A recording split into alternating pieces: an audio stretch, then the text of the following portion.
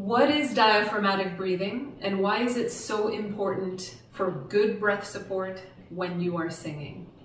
Why do people always talk about breath support?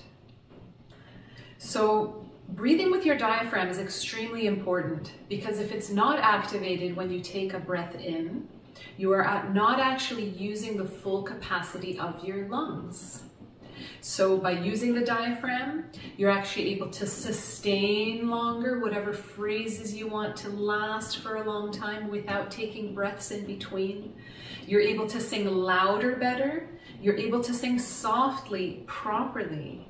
So finding out how to use the diaphragm is one of the most important basic things to do if you want to learn how to sing really, really well. So how do you activate that diaphragm muscle and where is it? If you put your hands where your ribs meet this fleshy part of your torso, so where you can start to feel the abdominal muscles and the belly, your diaphragm, when it's not activated, when it's in a resting position, it's actually up here. When you take a proper deep breath, your diaphragm descends like that, along with the lungs. So if you think about it physically, anatomically, the lungs are filling up all the way and they're getting as big as they can. The diaphragm is then pushing downwards. Now, in order to learn how to activate that diaphragm muscle, we have to engage other muscles. The diaphragm muscle is not a voluntary muscle. So it's not like our hands where we can actually just think open and close with our fingers, and we can do that. The diaphragm is engaged through other muscles surrounding it being engaged. One important thing to do is to also memorize the wrong shallow breath. That's the kind of breath we don't want when we're singing, or even giving a public presentation if we're speaking a lot. It's better to take deep breaths so that we can sustain our voice the way we want to. To take a shallow breath, I want you to abruptly, with your nose, breathe in very quickly, like that. And just notice the tightness up here. Your shoulders may have come up a little bit and you feel a lot of tightness in the upper chest cavity. That's a very different feeling from a proper low breath. Usually when people come see me for the first time, I ask them to take a big breath, and inevitably most of them, they go like this. So they lift up their shoulders and they take a very, very shallow big breath, and they have no idea what it feels like to breathe with the diaphragm descending. So now, one way to feel the diaphragm descend, I want you to stand feet shoulder width apart. Make sure that your knees have a little bit of a bend, a little bounce in them. You never want to lock your knees. If you lock the knees, you'll notice a tightness in the lower back. You'll notice that it overarches and it also closes off the capacity to actually fill up the lungs all the way. Notice, try to stand with your knees locked and just notice what happens in the butt area and the lower back. It gets really tight. And what you want is you want that lower back to actually lengthen and feel open. So if you bend your knees, you can always do a slight pelvic tilt so that you don't overarch that back. And this way you feel that lengthening in the lower back and like you have lots of space if you breathe in. So now from this position, feet shoulder width apart, knees slightly bent, a slight pelvic tilt, I want you to purse your lips gently and breathe in. Imagine like you have an imaginary straw going through the mouth. You can do that with an actual straw if you'd like as well, but you can also just pretend like it's there. And just notice that nice expansive motion in the body when you take a deep breath, and you notice a descending motion right there. So from the bottom of the ribs downwards, you notice a descending motion, and that's your diaphragm being activated. Okay, so one more time, try breathing in Sip that air in and release. And just notice that sensation. You want that downwards expansive motion as you take a breath in. So repeat that a few times. And just notice that sensation.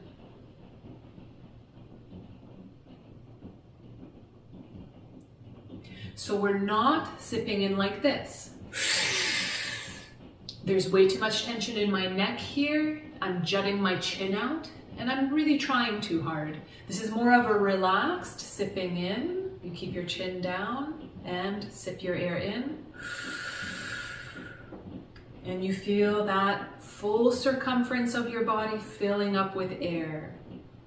So a very good visualization that a lot of voice teachers give their students is to tell them to imagine like there's a tire or a balloon around their torso all the way around. And as they fill up with air, that imaginary balloon or tire is inflating along with your intake of air. So they think, I'm filling up, I have much more body, it's all the way out here and it's filling up with air. It's a great visualization because it encourages that expansive motion of the body and it encourages the diaphragm to activate when you breathe in. Now, once you've tried sipping in your air a few times, noticing that beautiful expansive feeling that you can have in your body as you breathe in, I want you to try a little exercise where you're now exhaling so that we learn how to exhale when we're singing or giving a public speaking presentation, how to support that with our breath. So a natural way that people will do this throughout their daily life is they actually start collapsing the body inwards like that. So the torso here, it starts to collapse inwards along with the lungs running out of air.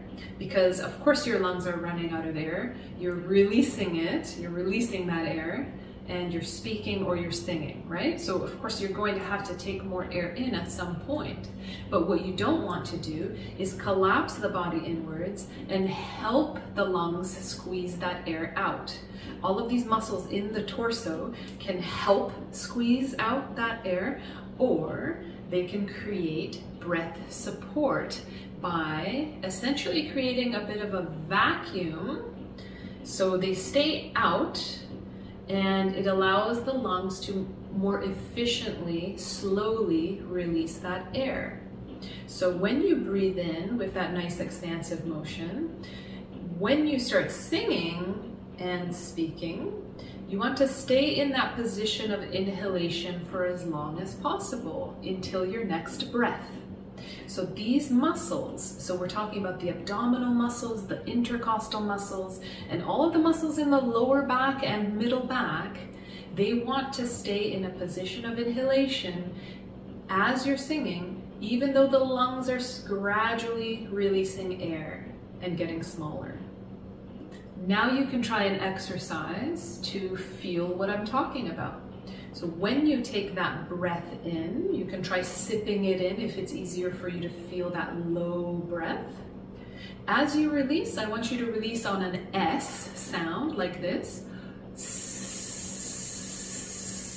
Make sure you have plenty of intensity on that S so that you're working those muscles. You're going to actually be strengthening your breath support this way, okay? So as you release, you want to make sure that you don't immediately start collapsing your body inwards, but you allow your body to stay in this position of inhalation. It almost feels like you're floating outwards, by the way. So you can give it a try. You can put your hands like this. Make sure your shoulders stay down. So you don't have to have your shoulders up just because your hands are here touching your torso. You can keep your shoulders down, stay relatively relaxed, keep your knees a little bit bent, make sure you are not overarching your lower back. You just feel like the bottom part of your torso is this nice cavern that's filling up with air. So if you take a breath in actually from this position, keeping your hands here. So what you're doing is you're touching the front part of your torso with your fingers here, And then the hand is just embracing that side of the body, and the thumbs are actually touching on the middle back.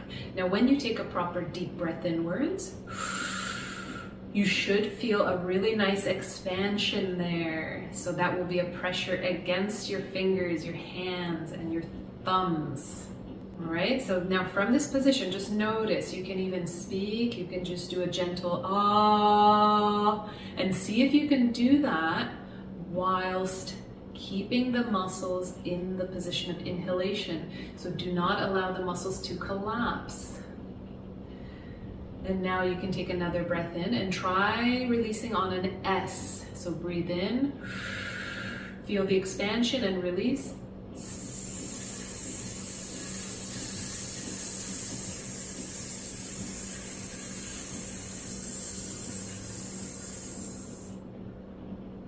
And just notice how much were you able to maintain that position of the muscles without collapsing immediately. So remember, we're not helping the lungs squeeze out the air.